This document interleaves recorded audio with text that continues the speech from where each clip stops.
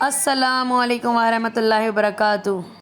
آج کی یہ میری ویڈیو ان پیاری حاملہ عورتیں بہنوں کے لیے ہیں جو حاملے ہونے کے وقت خوش و خرم رہنا پسند کرتی ہیں، تو آپ سب میری ویڈیو لازمی پوری دیکھیں اور زیادہ سے زیادہ شیئر بھی کریں۔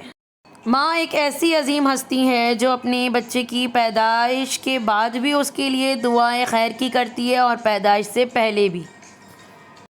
جب بچہ ماں کے پیٹ میں ہوتا ہے تو ایسی کون سی 4 باتیں ہیں جو مائیں اگر سن لیں تو وہ خوش و خرم ہو جائیں اور پھر مزید زیادہ سے زیادہ اپنے بچے کی لیے دعائیں خیر کی کریں اور خیر و عافیت کی دعائیں کریں۔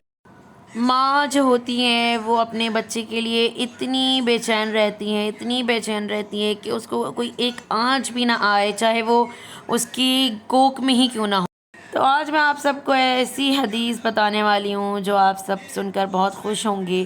ہمارے نبی پاک صلی اللہ علیہ وآلہ وسلم کی یہ حدیث ہے جو کہ میں نے آلریڈی اپلوڈ کی ہوئی۔ جو 4 باتیں ہیں اس ویڈیو کی جو اپلوڈنگ ہے وہ میں آلریڈی پہلے کر چکی ہوں، تو میری پیاری بہنیں وہاں سے پوری ویڈیو دیکھیں۔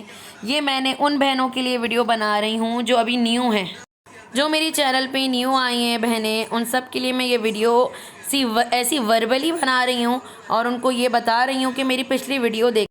وہ 4 باتیں یہ ہیں کہ ماں کے پیٹ میں ہی لکھ دی جاتی ہیں لڑکا یا لڑکی ہونے کا، نیک یا بد ہونے کا، روزی کا، اور چوتھی موت کا۔